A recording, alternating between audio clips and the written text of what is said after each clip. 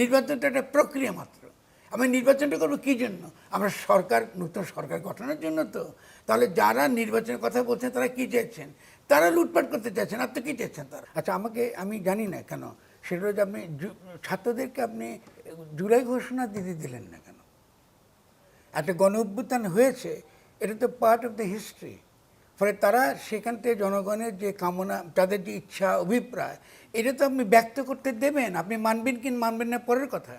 আপনি দিলেন না, খুব ভালো কথা। তারপর আমি বলি যে আমরা দেবো, এই 1 মাসের মধ্যে দেবো। ওরা আবার ধরেন এই যে বছর শেষে ডিসেম্বরে দিকে আরেকটা ছেলেরা একত্রিত হলো, আবার তার একটা ঘোষণার কথা বললো, তাদেরকে আপনি থামিয়ে দিলেন। তারপর থামিয়ে দেওয়ার পর আপনি জুলাই মাসে কিন্তু আপনার ঘোষণা দেওয়ার কথা, সনদ, তথাকথিত সনদ দেওয়ার কথা। প্রথমত ঘোষণা এবং সনদ এক না।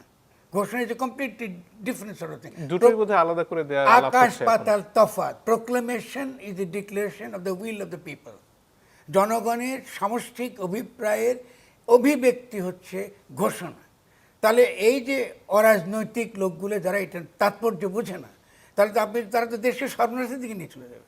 কারণ আপনি তো ভাববেন না যে এটা ছাত্ররা বসে বসে একটা কী বলে একটা খসড়া আপনি লিখে দিবেন, আর 10 জন রাজনৈতিক দলের সঙ্গে বসে আপনি সনদ তৈরি করবেন। It's an insult. আপনি যারা গণ অভ্যুত্থান করেছে, রাজনৈতিক দলগুলো ওদেরকে সনদ লিখে দেবে, এটা তো তাদেরকে, ছাত্রদেরকে তো আপনি অপমান করছেন। আপনি করতে দিলেন না, তো তারা মেনে নিল। আপনার ছাত্রেরা প্রত্যেকটা পদে পদে পদে পদে তাদেরকে বঞ্চিত করেছে, প্রত্যেকটা পদে পদে তাদের সঙ্গে প্রতারণা করা হয়েছে। এখন প্রতারণা করে ছাত্রকে এমন জায়গায় নিয়ে চলে গেছেন।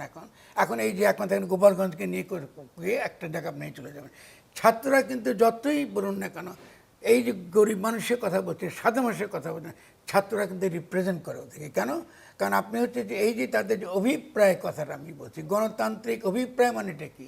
তার যে খাদ্যের প্রশ্ন, তার যে অন্যান্য কী বলে বাসস্থানের প্রশ্ন, সমস্ত প্রশ্ন তো অভিপ্রায়ের মধ্যেই তো থাকবে। এটাই চায়, তার প্রাণ, প্রকৃতি, পরিবেশ রক্ষা। এটাই তো প্রোক্লেমেশন যে আমরা এমন একটা রাষ্ট্র চাই যে রাষ্ট্রে আমাদের অধিকার হরণ করা হবে না। ধরুন, খুব সিম্পল একটা লাইন, আমরা এমন একটা রাষ্ট্র চাই যেখানে প্রাণ, প্রকৃতি, পরিবেশ ধ্বংস করা হবে না।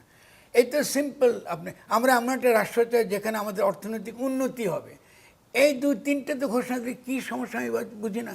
আমরা এমন একটা রাষ্ট্র চাই যেখানে আমাদের একটা সত্যিকারের একটা গণপ্রতিরক্ষাতে শক্তিশালী সেনাবাহিনী চাবে, বাধ্যতামূলক সামরিক শিক্ষা থাকবে।